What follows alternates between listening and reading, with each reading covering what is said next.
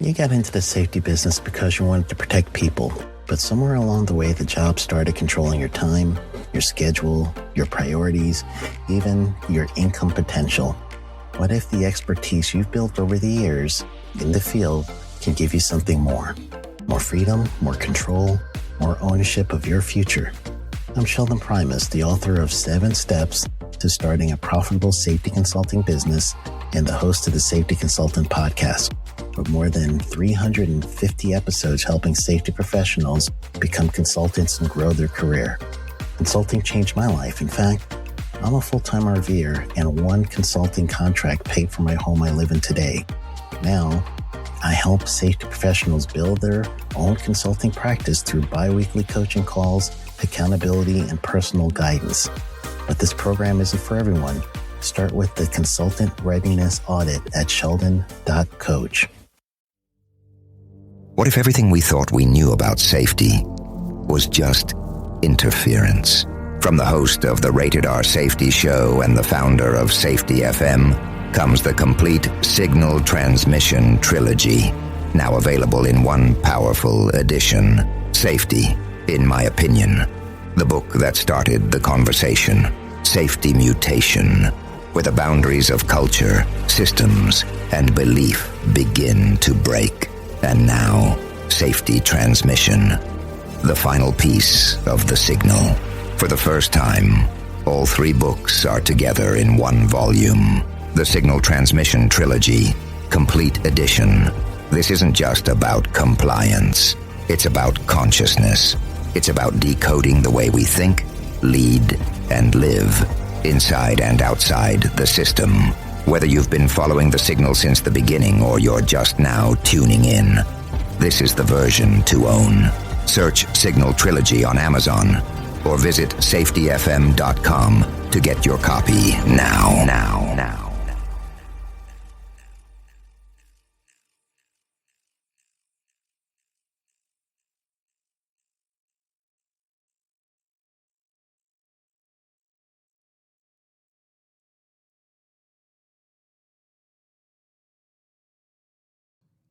This is Andy. And this is Matt. And you're listening to The Hot Podcast with no name. What a dumb name. It's so stupid.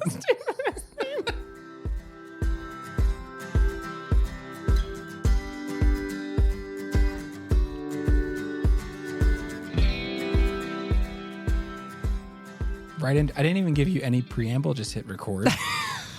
Here we are. That's how we're starting. Episode 49, I believe. Oh my goodness. I'm about 3 feet from the screen, and I can't read the number up top. And now I'm really worried that I'm getting old. My vision's failing. We're all getting older every single day. Yeah, well, that's a good way to start this episode. It's going to be that. No, we're excited. And we have the biggest topic we've ever had before. We do? Which is roughly no topic. Right? It's much more of, I think we just want to, you use like synthesize, I'll use reflect on having the privilege of Erik and Ron joining us for, I think, 5 episodes. Yeah. What a time. My brain is very full from information that I learned from them. I tried to listen to all of it again before we recorded this, and I couldn't even absorb all of the information myself. Heart is very full from them joining us. That's where I thought you were going to go with that. It was objectively lovely to have them. It was great to have them. That's, I don't know. What do you have a big takeaway, like, or a series of things or thoughts? Like, what's your, I don't know. How did your brain start to synthesize some of what we heard or learned? Or I can just answer that myself if you don't want to. No. Sure, put me on the spot. Even though you said you were going to take care of all this, it's fine. So there were a couple moments where the behind the scenes, BTS, was that we did, I don't know, probably a total of 90 minutes or so of just prep with the 4 of us, making sure we knew what we want to talk about, just have a general direction, because there was so much information if we just started recording. Right. We might not be able to make it a cohesive narrative that people could follow. So we were trying to at least know directionally Correct. where we were going. And so in some of those conversations, Eric would say something or Ron would say something, and I'd be writing it down as fast as I could and be like, stop. Save it. And also, why didn't we record that, right? Save it. And then we started just recording everything. Yeah. And that was a lot of fun. But it was a great couple episodes. There was one thing that since Eric said it has stuck out in my mind, which was, and I'm sure we're going to talk about this in detail, but the idea of you have to give a new metric credibility at the highest levels. Mm-hmm. And I remember him saying that and me thinking like, I'm an idiot. That's so obvious, but so well I remember defined. Yeah. And I think I wrote it down and circled it and started it as just, it's almost like when you talk about this subject enough, and we spend a lot of time, and this is becoming more and more, I think, common practice is the focus on SIF and SIF-P. But usually it's done with TRIR still being the top metric. And then, we also focus on these other things. Having Eric describe what it was like to say, yes, we know we're still going to track TRIR, but we're going to really, really focus and talk about every time we're together is SIF and SIF prevention. Mm-hmm. And the way he described giving it credibility and having to give it credibility and really, and we'll talk about this also, having beliefs conversations as to why, I mean, it stuck with me in a way that hearing the CEO talk about it, I was like, wow. Yeah. Yeah. Look at you using all this terminology as though you know the safety world. How do you feel? You should just see my notes. It's like use TRIR, and then it's just circles this over and over again. means that. No, I've been around this 3 years. I think has been enough to absorb some of it. So I got it. I figured it out. I figured out the couple of letters mean some things into some people.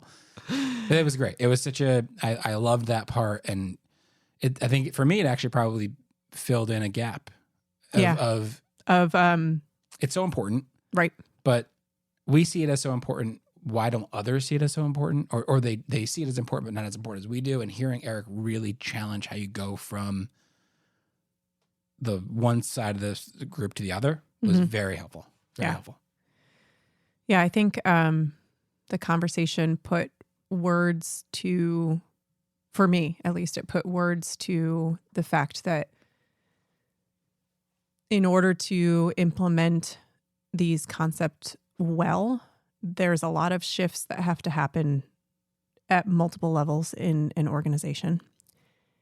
And based on just the nature of who you and I often speak to, we tend to only focus on parts of those shifts in, 80% of the conversations we have. And I'll back up and explain what I mean by these shifts. That to me was so confusing.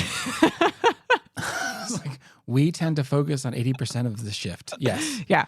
I think you're right. But if you could, indulge everyone else. Maybe expand on it a bit. I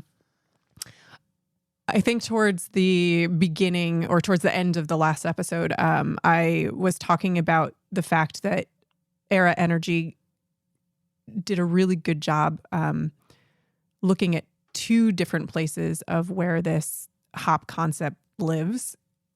And a lot of organizations seem to only get one of the two pieces of the puzzle. And I will reiterate what they are.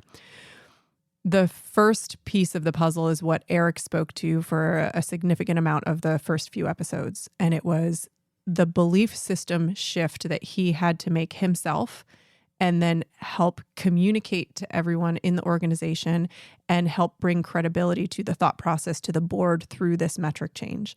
And that belief system shift, he described very eloquently, and I'll do my best to summarize it. But the shift is the recognition of imperfection in people, in process, in equipment. And once we recognize that imperfection, then the idea of zero doesn't feel attainable. And because it doesn't feel attainable, then how you would focus your resourcing starts to change, because you no longer are focusing resourcing at perhaps the most frequent event that's happening. Like I think the example he used was slips, trips, and falls. But you are recognizing that the imperfection means there will be accidents. And the thing that we can control then is the consequence of those accidents or those events. Which I'm going to quote Bob Edwards here. Please. Because one thing that's seared in my brain, I mean, I love Bob and I have a lot of memories with him, but the one is him just always repeating after he goes to this point, it's not if, but when. Yep. And he keeps repeating that because if you start to realize that if we admit humans are fallible, which last time I checked, it's still some more true. than others, but everyone is. It's still true. Then it's the idea of, okay. Yeah. So then it's not if it's but when. Yeah. And I think that thought process had been introduced to both he and I by Todd Conklin, like the first time that he came into one of our sites. And it's actually hard to wrap your mind around because it is vastly different than at least the way that we were taught in the safety space of how to think about accidents. So that is a fundamental shift in thought. It's not if, but when. And when that happens at a senior leader level, then there is a desire to change where people are focusing their attention and therefore their resourcing. People meaning the other leadership teams. Because it's not if, but when, the when aspect of it requires us to look at barrier health and system health and all of those resourcing decisions. They're real tangible things that need to be maintained, need to be understood. And the decisions about whether or not we're going to put money and time into that come from the leadership team, right? So shifting the focus. That is one shift that some organizations do quite well. And then the other part is what Ron spoke to quite a bit. And Ron spoke to the idea of operational learning and understanding when you are witnessing something like barriers not being healthy in the field, that there is something to learn. The people who are close to the work can teach you about it. And that the context of what's going on is actually going to lead you to the problem statements of what you need to change. And it's not just as simple as a person isn't following a rule or a practice or a barrier because they don't want to. That's an oversimplification of what's happening.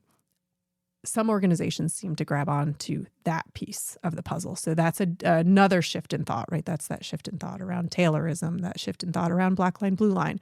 And depending upon what part of the organization you're speaking to, they tend to have different meanings, right? We'll call it shift 1, which was Erik's shift, and shift 2, which was Ron's shift.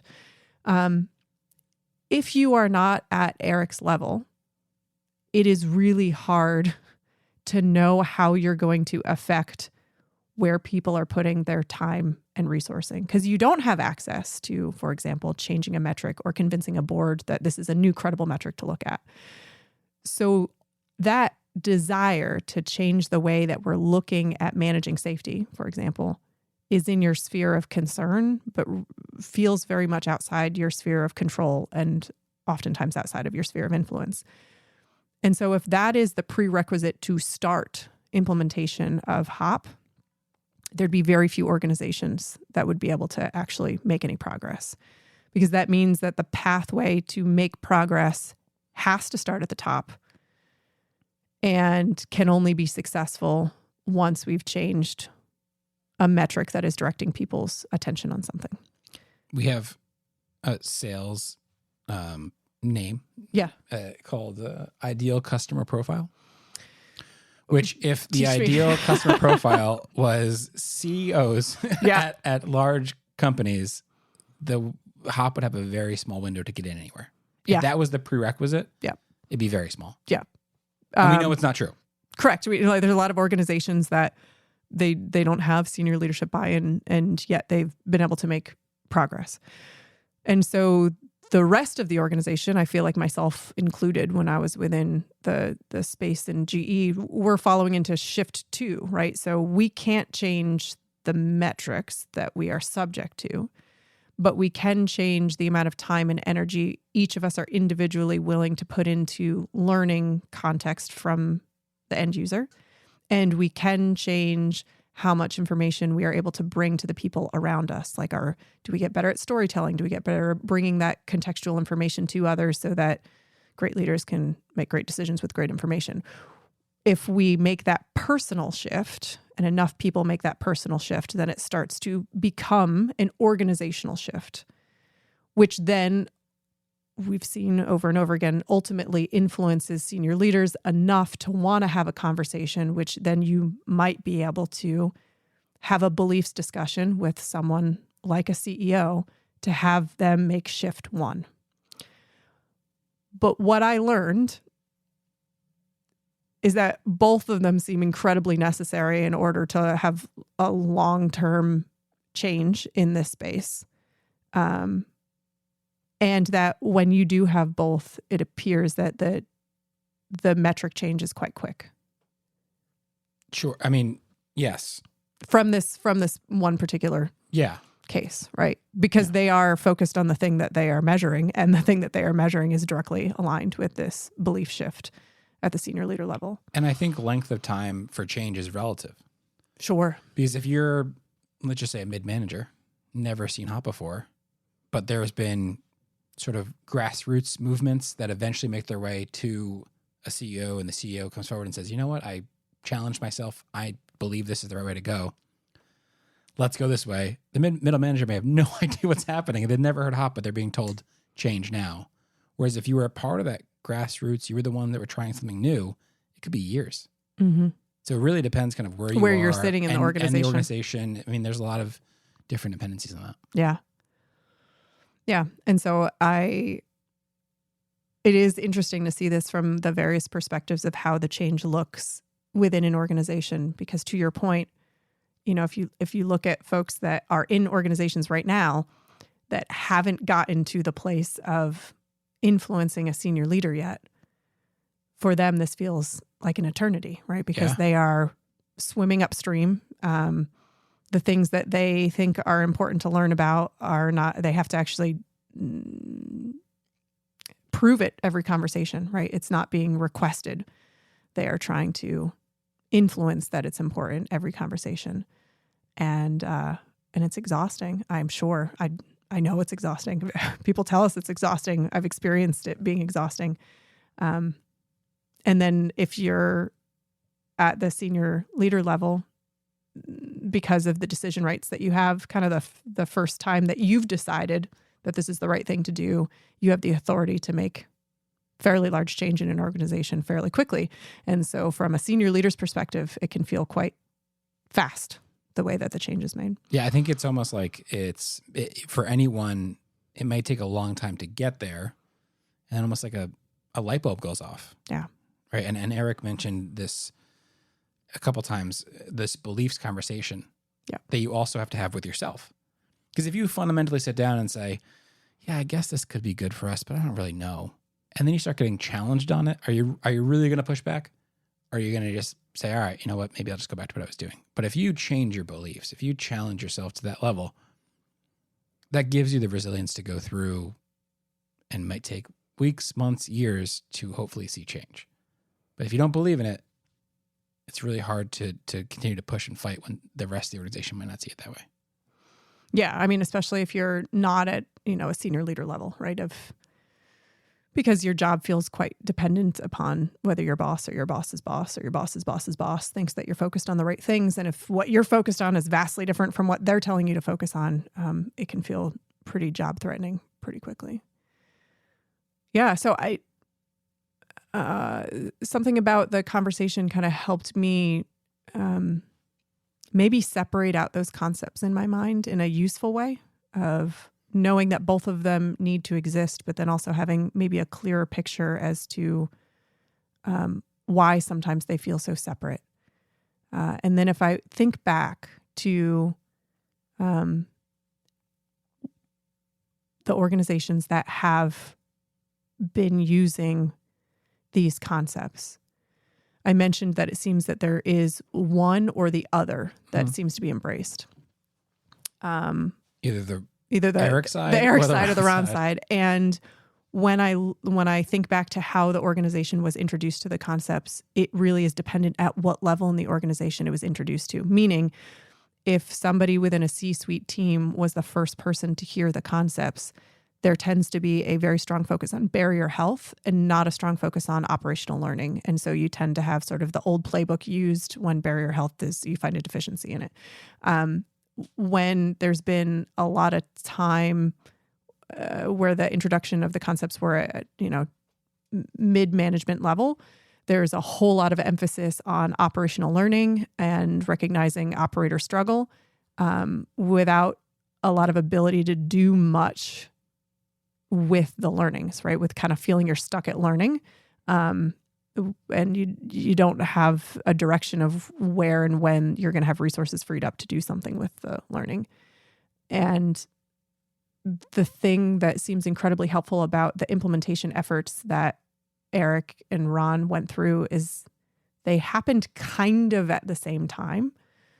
I know that Ron was introduced to the concepts from Erik, who was introduced to them separately from a different organization, right? And so they kind of came together with the thought process at a similar time in the organization. And I don't know if that's recreatable for many people. I think, but it certainly seemed helpful. For me, it's impressive that it took you 18 minutes to get to the point, which I don't know if that's good or bad for you. I'd have to look back at my notes, but summarizing it as, hey, if you're at that senior level, it's very common to lean into barrier health as your focus, as your main takeaway, maybe one of your main takeaways from learning about HOP. Whereas if you're on maybe more of that mid-level, your focus is going to be more on operational learning to gather the information about what it's like to actually do the job. Black line, blue line. Good point. Good way to get there. I mean, you didn't tell me that was the point you were going to make before we started. I'm just happy I got to see it. I got to see the plane land. Thanks. Yeah, so that's my useless rambling for, I guess, this episode. I mean, does that bring meaning in any way to anything in your mind? It does. No, it really does. I think having that sort of defined, I'm trying to, it applies meaning to Matt in what we do. Yeah. And how I think about when we are working with organizations, what we would say, what we would do, that actually makes a lot of sense to me. So I'm putting myself in the shoes of a listener who 49 episodes in probably knows HOP. Maybe they are struggling to make a change, but it might give them, we talk about common language a lot. Mm-hmm. It might give them a little bit of a glimpse into what common language to use and focus on when you're talking to different levels. Yeah. So yes. And one of the things that Erik did mention, I think at the end of the last episode, where there's value, and if I think back to my own world, I think we kind of accidentally did this, is that he said that there has to be an impetus for change. And sometimes that comes from a very serious event that happens. And actually, in speaking with Todd Conklin, one of the most common reasons that he is asked to go to an organization is because there has been something horrific that's occurred. In absence of that, because there's a lot of organizations that, the individuals who see the value in HOP, they don't want to wait for something terrible to happen. They want to be able to help now. One of the things that he mentioned was being able to bring narrative or stories or another reason for change based on what's actually happening in the field today. And I think that those of us that are in the space of not being in the C-suite, that is the most powerful thing that we can be doing, understanding these concepts enough and then bringing stories to people so that they can see that there is a gap between a black and a blue line, that there is brittleness. And I think specifically, he said a senior leader has to understand and know stories of and have real tangible information of brittleness in the system in order to recognize that maybe we need to change where we're focusing. And so being able to learn about where that is and then provide that information in some meaningful way to the folks at a senior level. I think we accidentally did that without a plan to do it, but accidentally did that within my organization many times, just talking about incident investigations and changing our thought process around that. Because we talked about them differently, we were bringing system level brittleness up a lot in discussion. Yeah. Let me add, because you're talking about bringing it to a senior level, and we had asked Erik that question, and he said, yeah, the beliefs conversation is important, but he said specifically that making this change doesn't blow everything up. Mm. And that struck me as super profound, because I think you hear change and you think about, if you're at a senior level, you're like, all these moving parts that take just to get us to where we are, and now you're telling me you want to change. that sounds like something we just can't do. We have too many embedded systems, too many things that are fixed. That doesn't sound realistic. So when you are bringing it, and Erik said that it doesn't blow everything up and that you have a good idea for first few steps you can try. Yeah. And that's huge. I mean, you're taking the ownership of this change maybe off of that senior person and saying, hey, I think we can actually try it a few ways like this. And then let's see what we think. And that's first few steps. Yeah. Crawl, walk, run. Right? I generally sprint. And maybe that's what we can talk about next episode. Meaning we talk a lot about what you can do kind of at site level, service level, management. And then if you happen to be on the C-suite, right, what influence you have, we've talked about that. But if you're a person that can influence the C-suite, right, you're maybe a regional leader or a business leader, and you are going to suggest a first few steps, what do those look like? What have organizations done? What can those first few steps look like where you have a little bit more influence to make a plan that seems presentable to somebody in the C-suite? We'll go from there. I like it. All right. I like it. All right. Thanks for listening, and we'll talk again soon.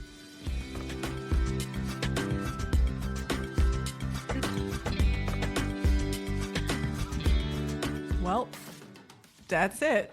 Yep. Another one in the books. We did it. If you want to send us any of your thoughts, actually fling us any of your thoughts, you can do so at the website www.hoppodcast.com. That's HOPPODCAST.com. It's still such a stupid name. It's such a stupid name. We look forward to hearing from you. Thanks for listening.